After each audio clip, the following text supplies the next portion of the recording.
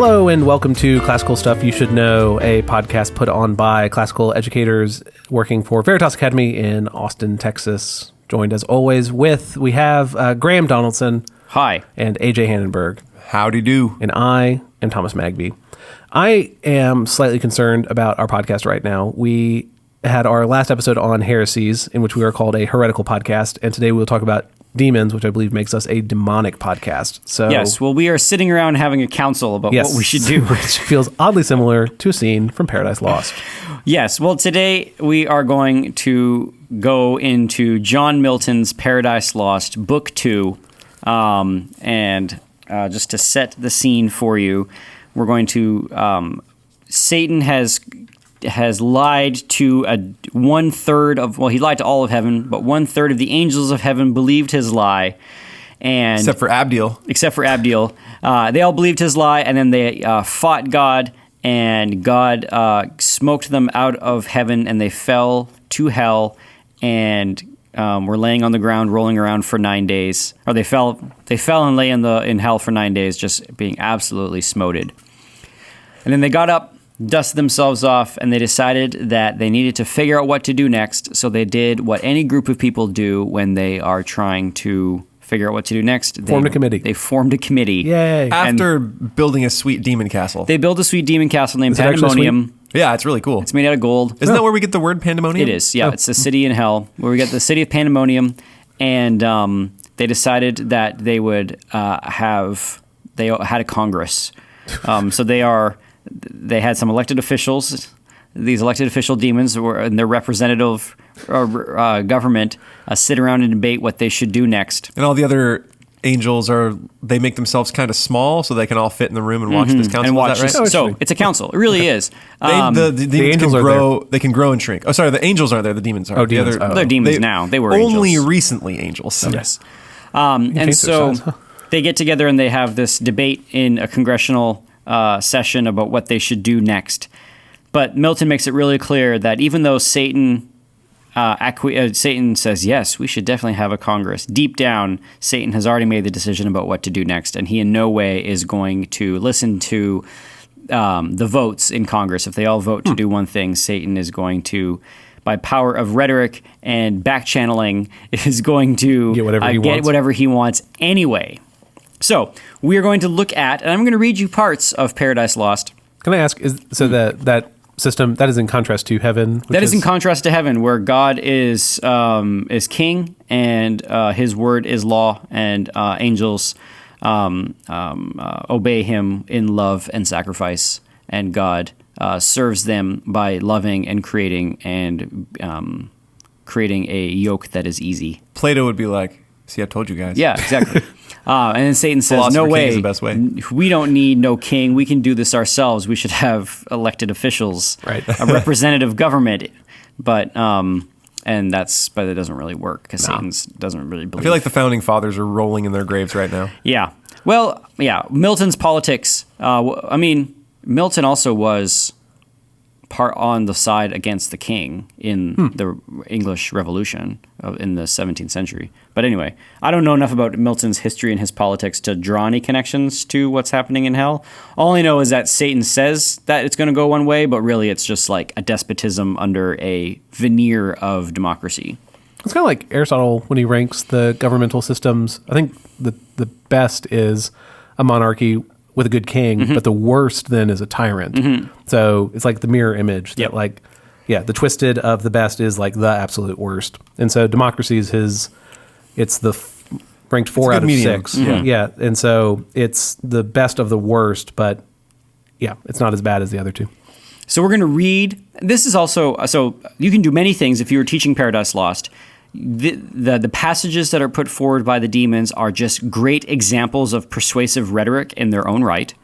They are incredibly fun to listen to, and they all have a bunch of mistakes that they are making about God's nature, and Milton, you can sort of extrapolate that and think about our own lives, about the things we tell ourselves about our duties and responsibilities, and the lies that we tell ourselves in order to not have to do them. So first up stands one of the first angel demon to stand up in Congress and to speak This is what Milton says about this guy.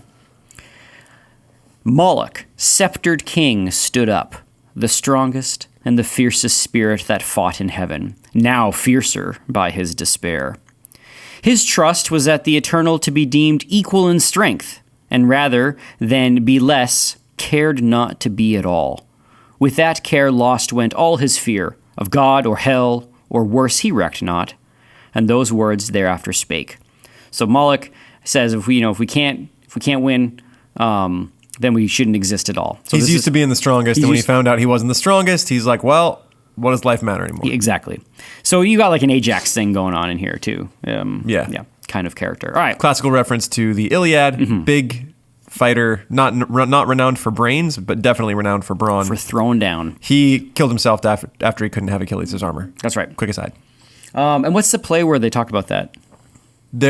The play? There's a. The thing I read with the faculty is from Ovid's Metamorphoses, and it's called the Judgment of Arms, and they have this big argument between Odysseus and Ajax, and Odysseus wins pretty much by refuting all of his arguments, and then Ajax gets angry. And in historicity, there are two versions of what he does. Doesn't he go mad and like kill sheep or something? In one, he kills a couple of rams that he thinks are the kings of Greece, and then I think he goes on killing sheep for a while. And they're afraid that he will be able, he could kill those guys, and so the goddesses confuse him. And then after he wakes up and realizes he's been killing sheep, he props. He's so embarrassed. Yeah, he's so embarrassed. He props his own spear in his armpit, which is legendarily the only way that he can die, and leans on it and kills himself. The other one is in Ovid. He just stabs his sword into his chest, and then the very force of his blood pushes the sword back out, and then makes a little flower on the ground. He must have had some some blood pressure issues. Yeah, I'd say if he can push a sword out of his chest with his own blood pressure, like you got to get that checked out, man. You got to stop eating salt. Lay off the sodium. Deli meats, not your forte. Jam. All right, Moloch. He stands up and says, "My sentence is for open war. Of wiles more unexpert, I boast not. Let those contrive who need, or when they need, not now. For while they sit contriving, shall the rest, millions that stand in arms, and longing wait the signal to ascend, sit lingering here, heaven's fugitives, and for their dwelling place accept this dark, opprobrious den of shame, the prison of his tyranny who reigns by our delay? No.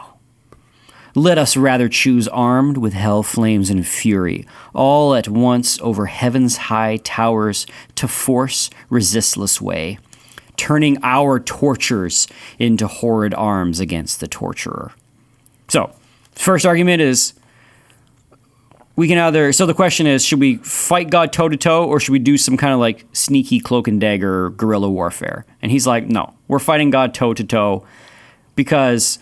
Are we going to let all these eggheads sit around and like talk about their plans, and the rest of us in all of our armor is just going to sit around? We're going to get flippin' bored. Let's go fight God now. He says we're beaten, and we can now turn our tortures into horrid arms against the torturer. So take all that hellfire, make something sweet out of it. That's right. Take all that anger, and maybe that just gives us.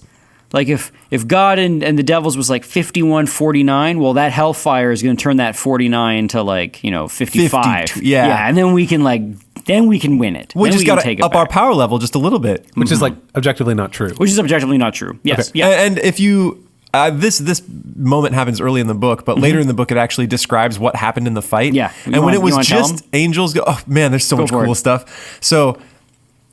I don't want to go too far. I'm not going to go too far into it. If we get to Abdiel and like that whole thing later, probably won't. But basically, when the angels and the demons are fighting, it's just angels versus angels. Yeah, like, there's no God. Right. God isn't in it, and so it kind of goes back and forth. And eventually, Satan realizes he's losing. He gets smoted by I think Michael, and he has to go drink wine in his tent. He has to go drink wine in his tent, and they have to put him back together because he's made of like weird angel goo. And then they're like, what we got to do is we got to make siege machines. So they make these machines, and for a second they gain the upper hand. But then the God's angels realize like, oh, we're strong, and so they just start lifting mountains and hucking boulders at these machines and wrecking them. And eventually, Jesus comes and just says, enough.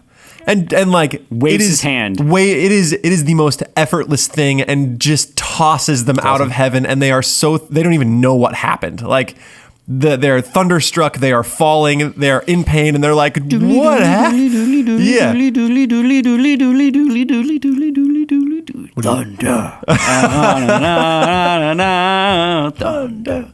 No, Thunderstruck. AC/DC? Thunderstruck. I have no idea what you're. You don't listen to AC/DC? No. This is a cultured podcast, Sorry, Thomas. I am clearly not. Sorry. Well, listener, we'll take care of that after so sorry. the podcast. That's the last time we ever saw Thomas. But this fella who thinks that he can up his power level and take on Jesus is clearly not remembering the fight very well, because it was effortless. Jesus rode up with a horse and then everything exploded. Like that's pretty much what happened. I'm going to skip a little bit. I'm not going to read everything that Moloch says. Then he says, but perhaps the way seems difficult and steep to scale with upright wing against a higher foe. Remember, God now has the high ground. Yeah, we don't have the high ground. He's like Obi-Wan. I have the high ground. I have the high ground. Let such bethink them, if the sleepy drench of that forgetful lake benumb not still, that in our proper motion we ascend up to our native seat. Descent and fall to us is adverse. Who but felt of late when the fierce foe hung on our broken rear, insulting and pursued us through the deep? That did not happen. With what compulsion and laborious flight we sunk thus low. The ascent is easy then, the event is feared. Should we again provoke our stronger, some worse way his wrath may find to our destruction. If there be in hell fear to be worse destroyed, what can be worse than to dwell here, driven out from bliss, condemned in this abhorred deep to utter woe, where pain of unextinguishable fire must exercise us without hope of end, the vassals of his anger, when the scourge inexorably and the torturing hour calls us to penance? More destroyed than thus, we should be quite abolished and expire. What fear we then? What doubt we to incense his utmost ire, which, to the height enraged, will either quite consume us and reduce us to nothing this essential, happier far than miserable to have eternal being. So his two mistakes here are assuming that his nature is still one that ascends.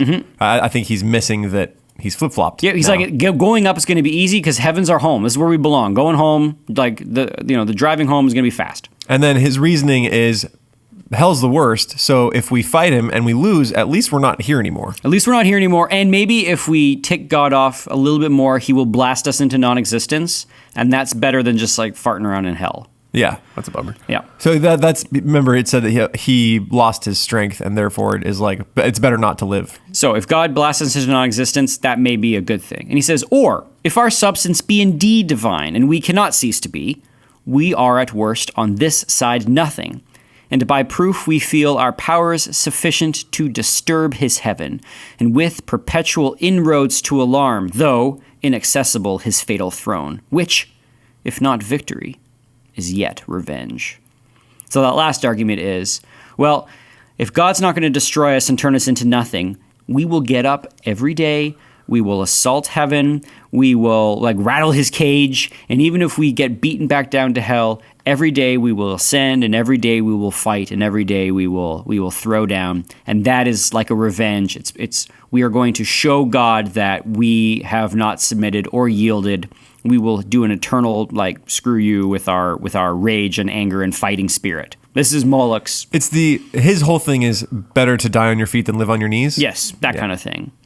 And so he ended frowning, and his look denounced desperate revenge. So this is Moloch's speech. Okay, so Moloch is for open war.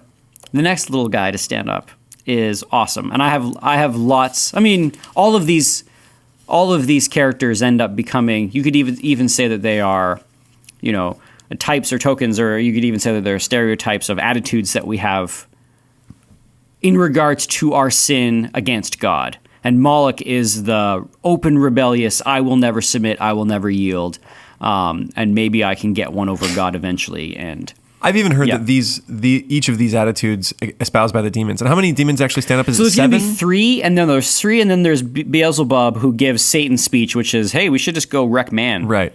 And I've also heard that not only is it our attitude towards God and our sin, but it is the natural reaction of man in crisis and severe loss. Mm-hmm. You've just lost everything. Mm-hmm. And so this is things can't get worse, I might as well fight against it. Mm-hmm. Right? So if you want to see these 3 things outside of the Christian faith, you can look at, this is how we kind of react in crisis. Mm-hmm. The first one is, things can't get worse, I might as well give it my full rage. Good.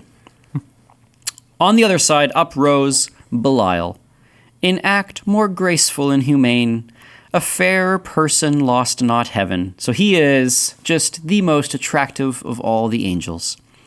He seemed, for dignity, composed and high exploit. But all was false and hollow. Though his tongue dropped manna, and he could make the worse appear the better reason, to perplex and dash maturest counsels. For his thoughts were low, to vice industrious, but to nobler deeds timorous and slothful. Okay, hold on. That he could make the weaker argument seem the stronger. Mm-hmm. That's what all the philosophers accuse the sophists of. Mm-hmm. Yes. That feels lifted straight from antiquity. Yes, it is. Yeah. He could make the worse appear the better reason. So Belial loves Is that Aristotle? That's like straight from Aristotle. I think it's Plato, where he's saying that this is what Socrates was accused of. Yeah. No, maybe not.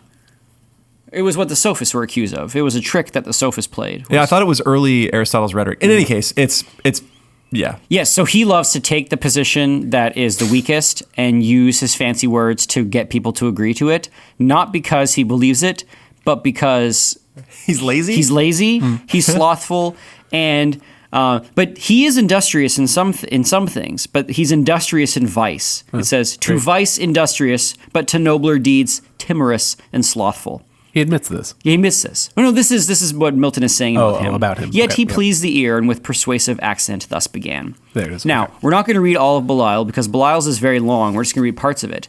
But his is very long, and going through it and analyzing just the rhetoric of it, if you read Moloch, he's got these like little short, punchy phrases.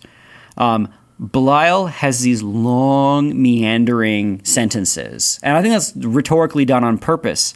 I read the whole thing out to my students. It's about 200 lines, and I tell them, I say, about halfway through, you guys are going to feel real sleepy, and that's on purpose because Belial is lulling you into laziness and sleepiness. So at the end, you're just going to be like, yeah, Whatever we you should say. just do what he said. Yeah.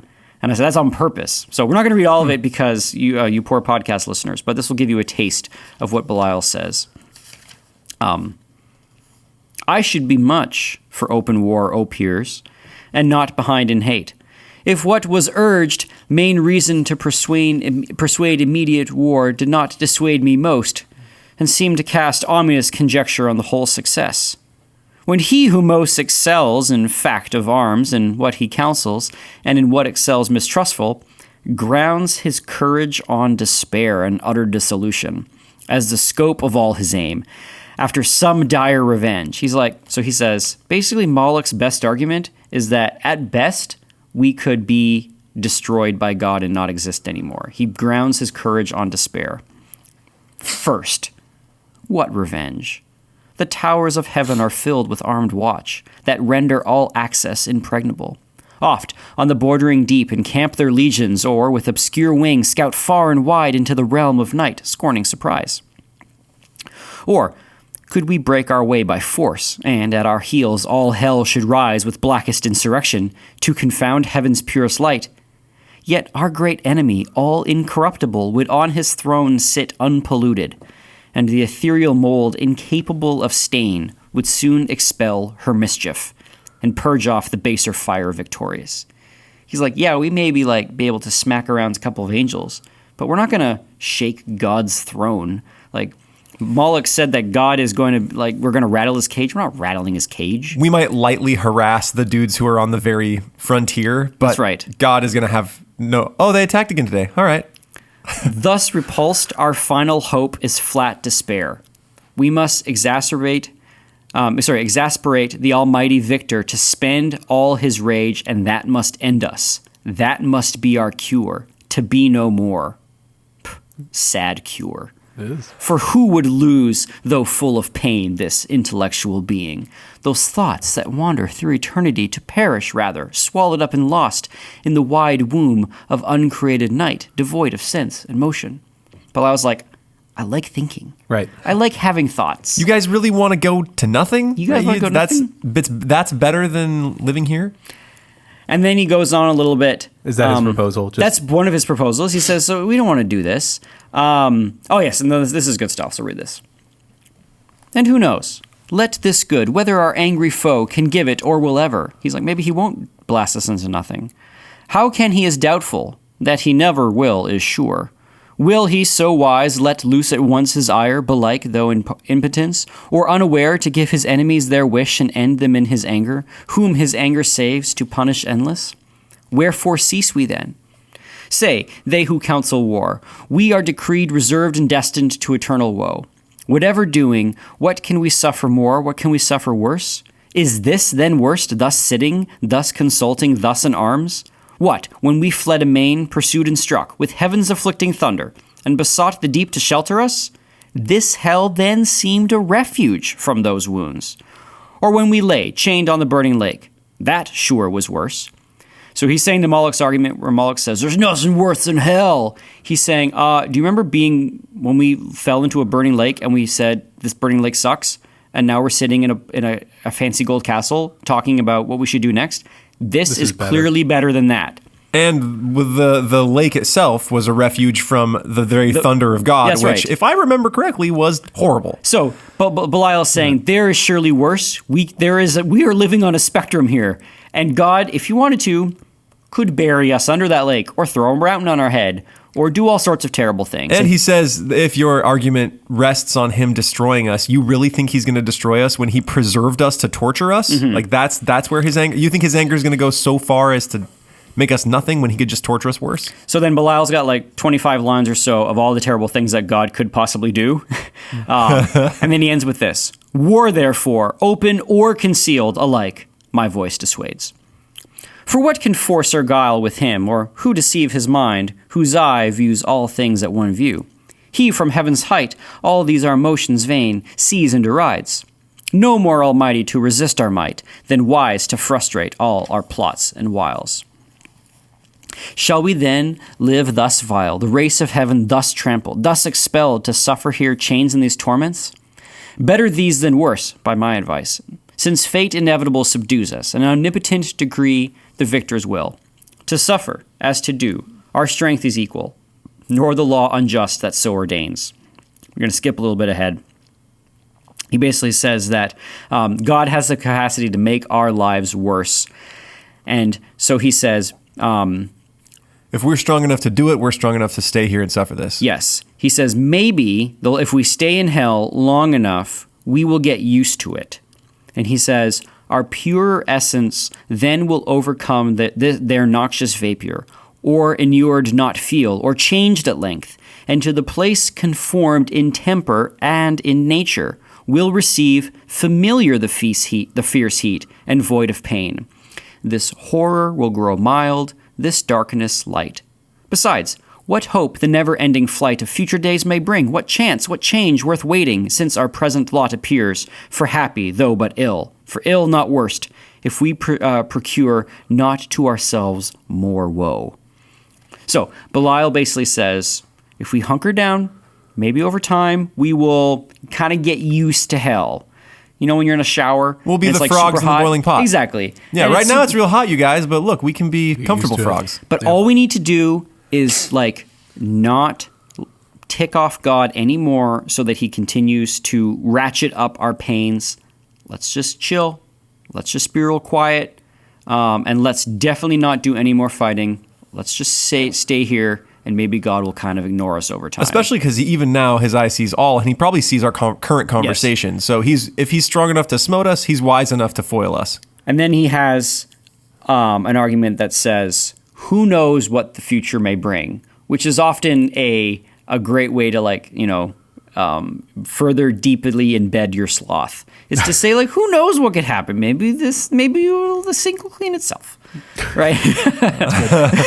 Who knows what's going to happen? So bringing this back into crisis, mm-hmm. This is the argument where I've lost everything, but things could get so much worse if I try to fix the problem. Mm-hmm. So this is nothing. Right. Better the devil I know than the one I don't. Mm-hmm. Yeah. And then the third one, Mammon, and I'll read a little bit of Mammon, and then we can talk a little bit about the lies that they're saying, and then how there are things that there are arguments that I find sympathetic, and then there are which I think are anyway. Let's read Mammon first.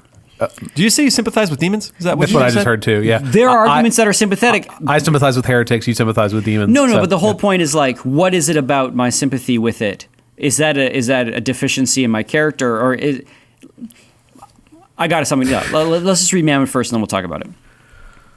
Thus Belial, with his words clothed in reason's garb, counseled ignoble ease and peaceful sloth, not peace. So Milton clearly has an opinion Yes. of this. Yeah. And after him, thus Mammon spake. And Mammon is the demon that was really jazzed to be in hell because there were so many beautiful jewels and gold everywhere. The Really? hills of hell are filled with precious stones. And Mammon was psyched when he saw this because he loved all that stuff in heaven. What? All that stuff was just in hell already. Yes, it's just sort of like, yes, the hills are filled with precious stones and jewels. It's kind of weird, isn't it? Yeah. Maybe an effort on Milton's part to show that money is not part and parcel to heaven and that the good things of life don't come with it. Sure. Right? Hell has money just as much as heaven has money. Yeah. Like it's borne out in life too. Either to disenthrone the king of heaven we war, if war be best, or to regain our own right lost. Him to unthrone we then may hope when everlasting fate shall yield to fickle chance, and chaos judge the strife. The former vain to hope argues as vain the latter.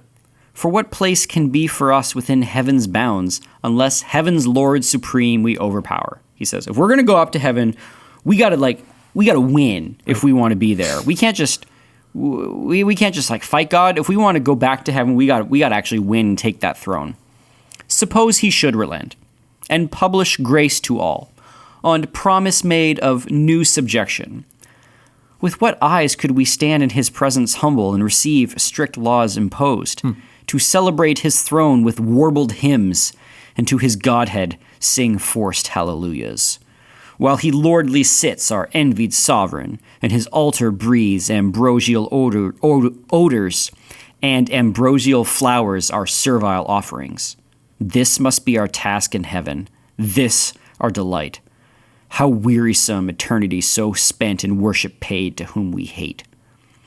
Let us not then pursue by force impossible, by leave obtained unacceptable, though in heaven our state of splendid vassalage, but rather seek our own good from ourselves, and from our own live to ourselves, though in this vast recess free, and to none accountable, preferring hard liberty before the easy yoke of servile pomp. Our greatness will appear then most conspicuous when great things of small, useful or hurtful, prosperous of adverse, we can create. And in what place soe'er thrive under evil, and work ease out of pain, through labor and endurance. This deep world of darkness do we dread? How oft amidst thick clouds and dark doth heaven's all-ruling sire choose to reside, his glory unobscured, and with majesty of darkness round covers his throne, from whence deep thunder roar, mustering their rage, and heaven resembles hell. As he our darkness, cannot we his light imitate when we please? This desert soil wants not her hidden luster, gems and gold, nor want we skill or art. For whence to raise magnificence? And what can heaven show more? Our torments also may in length of time become our elements. These piercing fires, as soft as now severe, our temper changed into their temper, which must needs remove the sensible of pain. All things invite to peaceful counsels, and the settled state of order. How in safety best we may compose our present evils, with regard of what we are and where, dismissing quite all thoughts of war. Ye have what I advise. And then everyone cheers for him. So what's Mammon's plan? Stick around in hell and like love it. Yeah. We can it may not be the most fetching place, but at least it's free. Got potential. Right. Yeah, you guys. Hell's got great bones. Yeah, it's a fixer-upper. Yeah. I hear it, but we can flip this sucker. Yes. Mammon says, if we go back to heaven and sit there and have to sing songs to God for the rest of eternity, that sounds terrible. No, we've got our own country now, boys. We've got art. We've got skills, we have abilities, we've got raw materials. We can turn hell into our heaven. I think the biggest thing is that he says occasionally God will put storm clouds around his throne, yes, and it'll look all dark. If he can imitate darkness, we can imitate light. Mm-hmm. But rather seek our own good from ourselves. Right. This is what he says.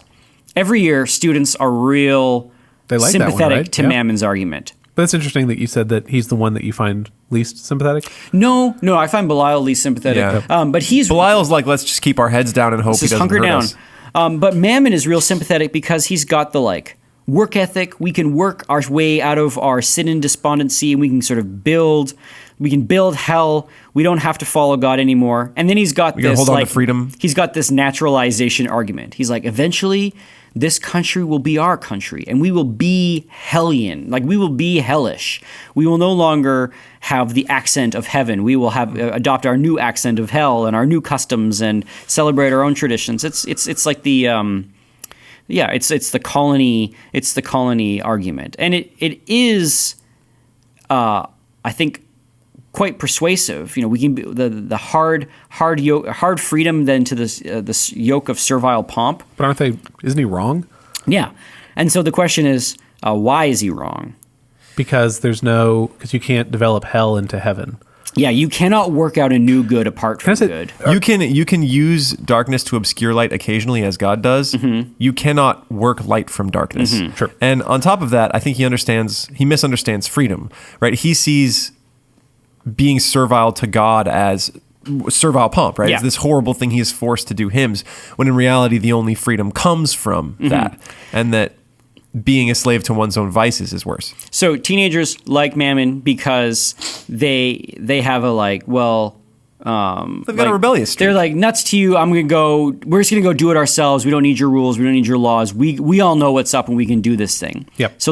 So then and eventually a student will ever say, well, Mr. Donaldson, what actually is wrong with Mammon's position? Because it sounds really logical and it sounds like let's just do it ourselves. And we're also in Texas, and we've got that Texas can-do attitude amongst the students as well. And we did try to take this country and make it into our own country. And yes, but isn't the problem with it that it's in hell that he's making the argument? Yeah, so right now I give them... So Mammon is like the secede? Yeah, he is. He does have a secessionary mindset, which I think is fine in, temporal existence for country, for groups of people to want to do it themselves. But so the question is, what is wrong with Mammon? So I tell my students this. I say, okay, remember these demons are eternal. They're never going to fade away or die. And I say, let's say Mammon is right and they build this perfect society. What happens when 20 demons disagree with the way that the rules have been laid out? And the students kind of work that out amongst themselves. And I say, okay, ultimately what's going to happen? What do they realize that they can go do? And then a student says, oh, well, they'll just go and start their own second city. Right. And I say, okay, now we got 2 Pandemoniums in hell. And then what happens when in the second Pandemonium, some other demons disagree with some of the decisions? And then, then they say, okay, we got another split. And then the first one splits again. And I say, okay, work that out for 10,000 years. What eventually happens to these demons? They each get their own And the kingdom. students say they each live in their own kingdom of one. Right. And I say, welcome to the perfect definition of hell, right? Mammon there may be an initial excitement of doing this together and going against the powers that be, but work that self out when you are not conforming to goodness, and you will eventually come to sort of discord with one another, and you will become isolated and alone and bitter, doing your own, saying, I can do this better myself, I don't need anybody else. And that's the telos of hell. Isn't that what C.S. Lewis, Yeah, his hell that's where I got the idea from too. In The Great Divorce, is that, everybody's neighbors, but the building materials are all free. You just sort of think it and it shows up. And so, I don't really like my neighbors. So everybody moves further out. Yep. And the people who have been there the longest are the furthest from the city because Napoleon. they hate their neighbors so much. You can use binoculars and see Napoleon's house 300 miles away. It's just a single light. And he's still grumbling about how his generals failed him and that kind of thing. Yeah. So then when you phrase it that way, then the students are like, oh, okay, that does make a lot of sense. I also say, imagine if we were, if we were on a road trip with each other for 10,000 years, eventually we would all want to be away from one another, right? Because there's still that sinfulness working inside of us. So then what are the lies that all of these demons tell each other? So Mammon's lie is that goodness and evil, that this fight is a 51-49% power imbalance. That God is surmountable. Well, and not only that he's surmountable, but that he's flappable. Mm-hmm. He thinks that his constant essays into the kingdom is going to rattle the cage, when really that cage doesn't rattle. That's right. And God is not going to be He's not harried he's or not bothered. scared. You can't, you can't flank God.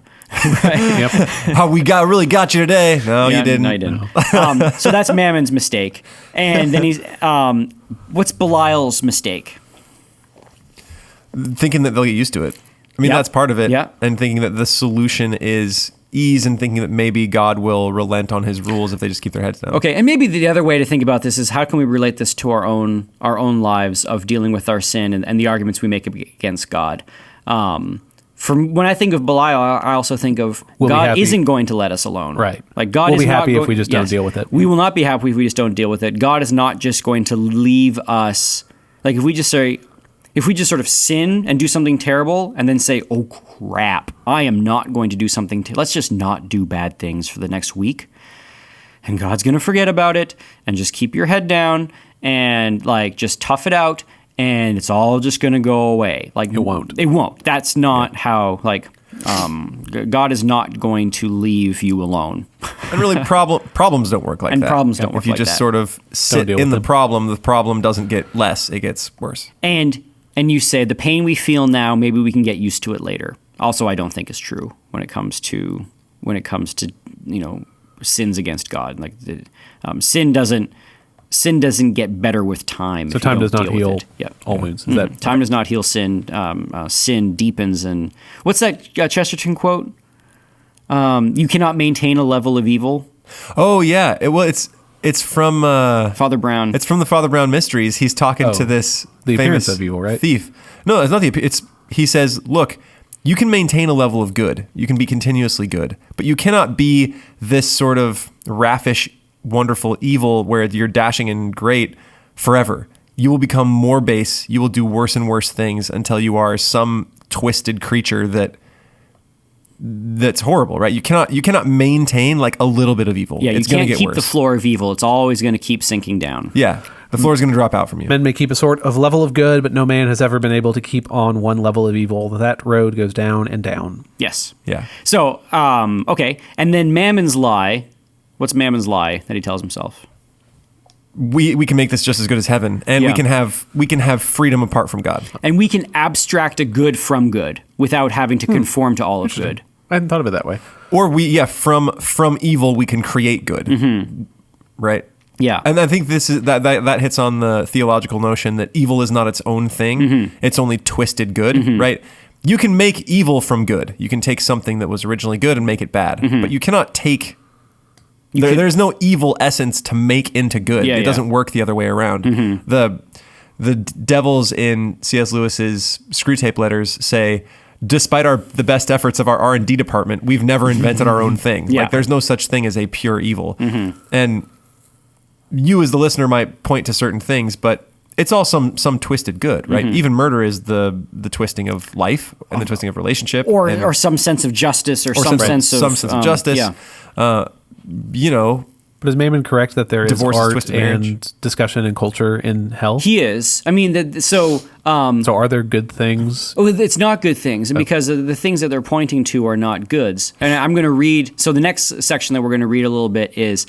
So this council ends with Beelzebub standing up and saying, like, "No, we can't turn this into our own place.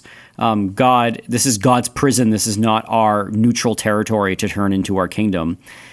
He says, "So let's go and break something that God loves, man." And he gives my favorite line in the entire. So he says he got this big old speech where he says, "Let's go destroy God's kingdom, or let's go destroy God's new creation." As opposed to sitting here and talking about what we should do. And he says this. So he gives this big old speech about this, and he says, "Advise if this be worth attempting, or to sit in darkness here, hatching vain empires." Okay. I love that line. That line makes me hatching laugh vain every empires is so time. good. It's such a dig at Mammon. Anyway, so then everyone agrees with Beelzebub, and then Satan stands up and he's like, "I'm going to do it." And then some demons are like, "I'm going to help you." He's like, "No one's going to help me because I want to do it to get all the glory." Yeah. He doesn't say that. He says, "I'm doing it because I'm your king, and I should serve you," is what he says. But he really just wants the glory. He clearly just wants the glory. And then he says, so then Satan at the end of this says, "I want you," this is answering your question in a roundabout way about art, Magby. Yeah. Satan says, "Try to do something in the meantime he says, go therefore, mighty powers, this is Satan, terrors of heaven, though fallen, intend at home while here shall be our home, what best may ease the present misery and render hell more tolerable. He says, go and figure out ways that you can make hell just sort of more tolerable while I go off and go on this mission. So the demons go off and they do a bunch of different things. Some I will just describe and some I'm actually going to read. So the first thing that some of the demons do is they get together and they organize Olympic-style games. So they get together and they like joust and they wrestle and they like give each other medals and they play war games. Like knights on shining armor and horses, and they joust each other. Does it go well? Yeah, it's fun. Okay. Because, they're just bored and they're playing games. But it seems like ignoring the big problem. Yes. So they're jousting, and then some do this. Others, more mild, retreated into a silent valley. Okay. Sing with notes angelical to many a harp their own heroic deeds and hapless fall by doom of battle. So they go off and they sing songs of their own deeds, right, of like what happened in the War of Heaven. Like, I totally smoked that angel, right? Like, in the War of Heaven. But also their hapless fall by doom of battle. And complain that fate, free virtue should enthrall to force or chance. Their song was partial, so their song was biased. But the harmony, what could it less when spirits immortal sing? Suspended hell, and took with ravishment the thronging audience. So everybody was really into the songs, even though the songs were about the person. Fate is so hard, I'm so virtuous, Yes. but it was just chance. It's just chance led and me fate. here. And Fate, it's it was such a sad bummer. breakup songs from heaven. I was once a glorious angel, now a terrible demon. And everyone is like, because they feel the song same. is so sad and so good. Because they feel the same way. Yes.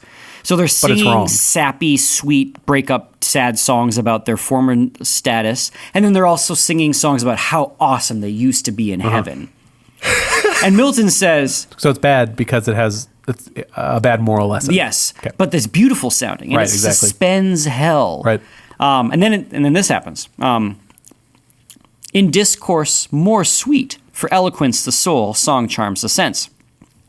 Others apart sat on a hill retired, in thoughts more elevate, and reasoned high of providence, foreknowledge, will, and fate, fixed fate, free will, foreknowledge absolute, and found no end in wandering mazes lost.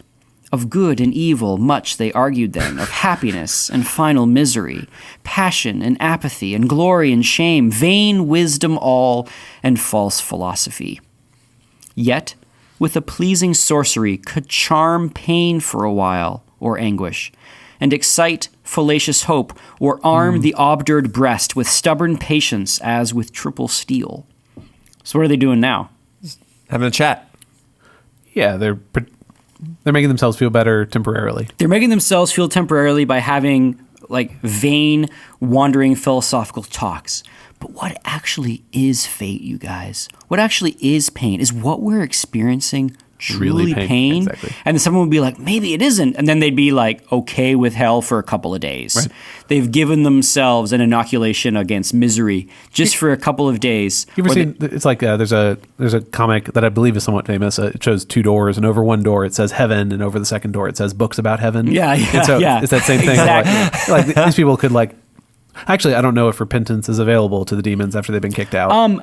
If I work out the logic of Milton to the best of my abilities, it seems like repentance is even available to these demons. It's only not available to Satan because he was self-deceived, self-depraved. But all of these demons fell because of a lie that Satan told them. And the lie was, Satan says, I am an uncreated being. Or no, he says that God didn't make me, necessity made me, and I just sort of popped into existence. Or at least he argues like, you can't prove that I haven't been here for. Like they all came into the time at the same time, and he's like, I don't know that he's my real dad. Who can prove that you're his? So Satan says, I have the capacity to be on God's throne.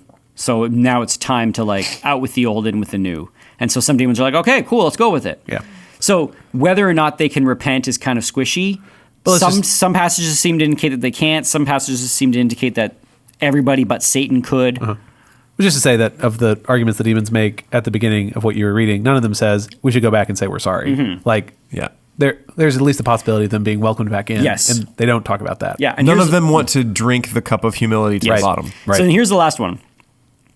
Another part, it's real short, another part in squadrons and gross bands on bold adventures to discover wide that dismal world, if any climb, perhaps, might yield them easier habitation.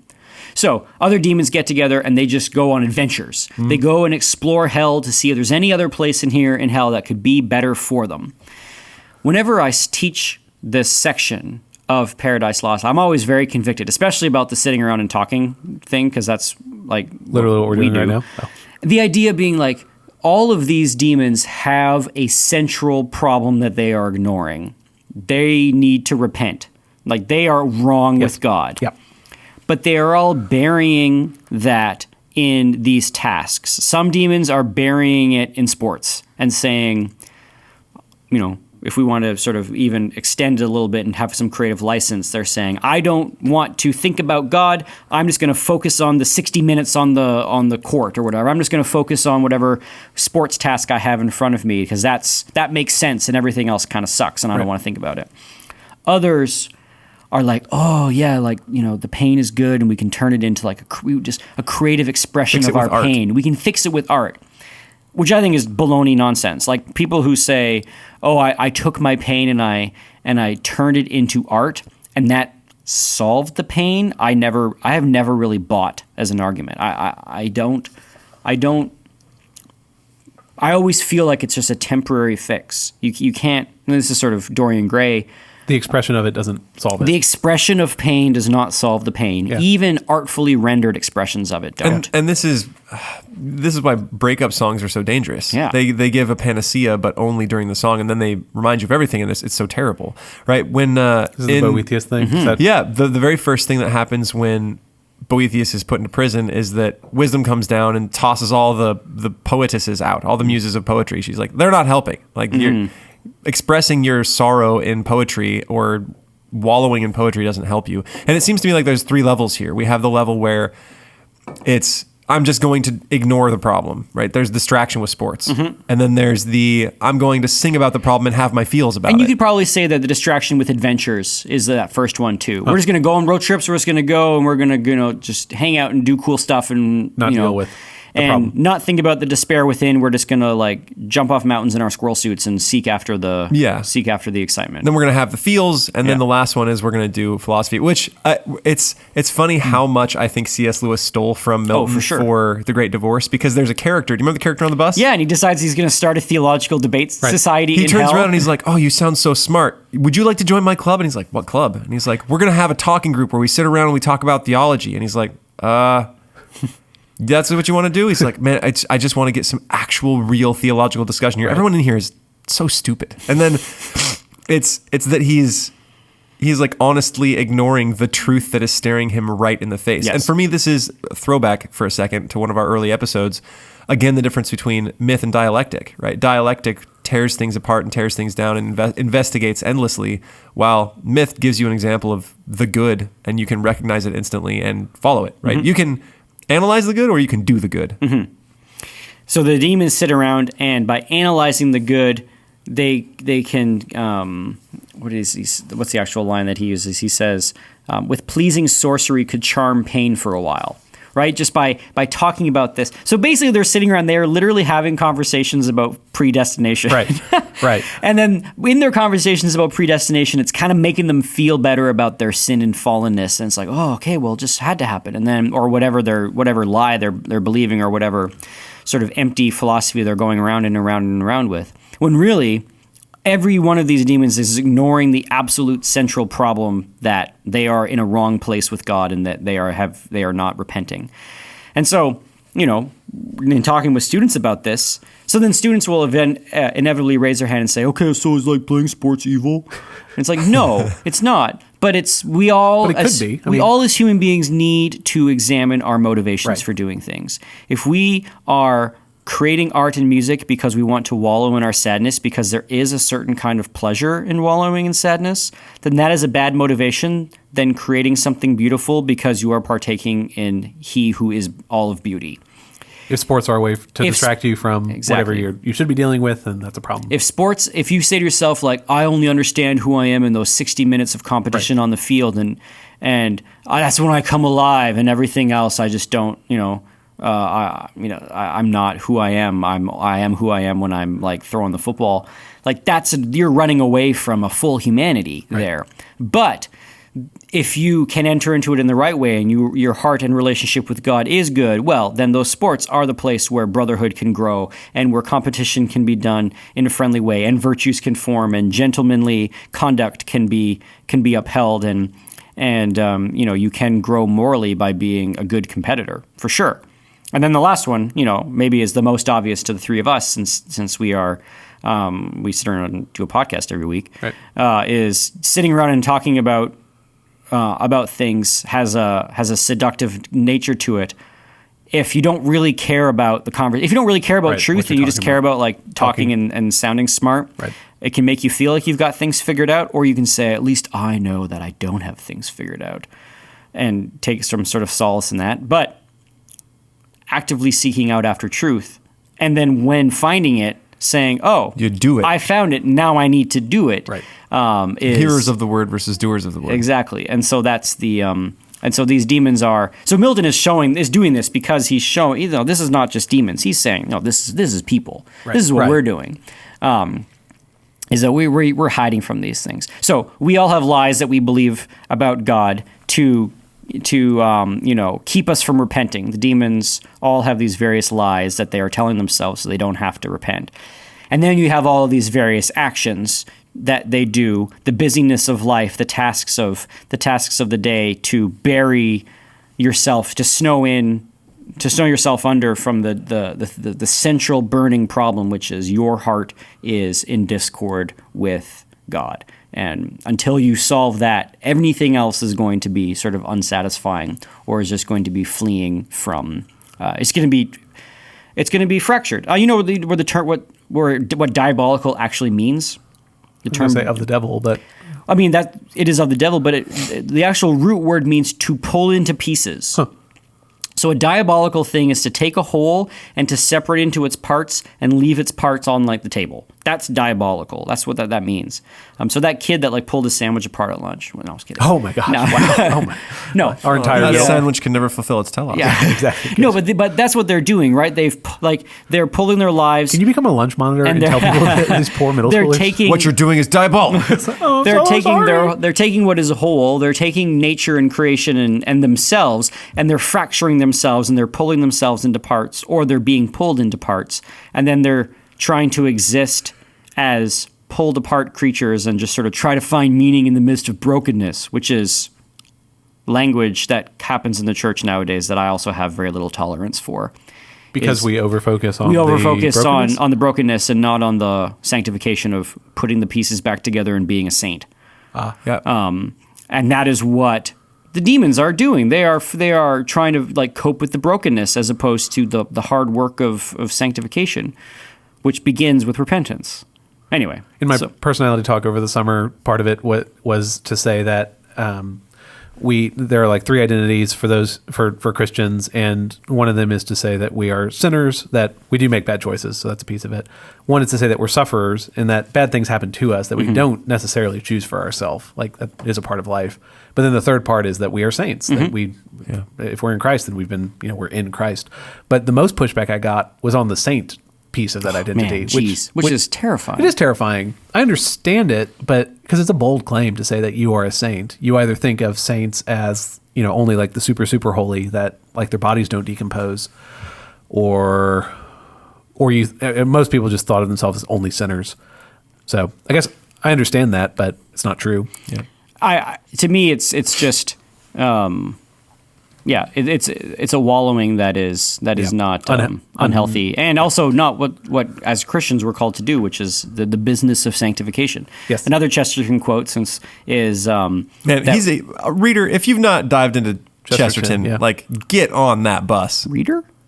Listener. Well, they soon will be readers. Sure. I recently flipped through, I think it's called The Essential Chesterton, and it was a collection of his essays, and it was lovely. Each one was only 4 or 5 pages. It was wonderful. great. Even his fiction is great. Even if it's just a story, he'll still say smart things. He's great. There is a quote that he says, the beginning of it I can't remember, but the gist of it is that, you need to root out sin every last hair and feather. And I think about that little phrase all the time. I think about the little hairs and feathers you find in your pockets and all the little sins that are just sort of in the corners of your house. Like the call is to root it all out. It's not just to try to exist in the midst of the brokenness. No, it's to unbreak. It's to piece back together with the help of the Spirit. So Undiabolical. Yes. Just yourself, the world around you, you want to put any claim, you start with any limits on that? It's just yourself. I mean, you have to. You are called to be in community with other people, and I think you can't go down the road of sanctification, like a real desire to be sanctified, until you start to realize that you need other people for that to happen. At least that's been my experience. Is that when sort of taking the idea of sanctification seriously, you realize, crap, I actually need to be in community with people, which is sort of contrary to my baser instincts. So it's like Aristotle's talk about virtue, right? As soon as you decide to take one virtue seriously and try to do it, you realize that you need to do all the other ones in order to perfect in that virtue. It's the same truth in sanctification. So I find it very convicting that the demons are literally trying to cope in a world of brokenness. Yeah. And as opposed to, and they're ignoring the central problem, which is repentance and faith. Sure. Anyway, maybe a little bit of a shorter one, but that's well, not that much shorter. It's 56 minutes. No. So I think we're well within our little range here. Yeah. Did I open? Am I doing this? Yeah, you. All right, awesome. So thank you, listener. I guess, therefore, be... / reader. Yes. Thank you, readers. Go pick up Chesterton, literally anything. Is that true? There must be bad Chesterton. I haven't read a bad Chesterton. I remember He's like espresso. Like, if you have too much, you're going to hurt your tummy. That's probably true. I find that way with Chesterton. I can only do small doses. This might make me a bad person, but when we did our summer reading group and we went through Orthodoxy, that might have been my too much espresso moment. So I'm sure there were quite a few people who were like, man, I don't like that book. I think that's an Autoquatio thing. Yeah, it's okay. Just not. I'm insufficient as a human, but just to read all of it over the course of 9 weeks or whatever it was might have been too much for me personally, not saying objectively. So thank you, loyal reader / listener.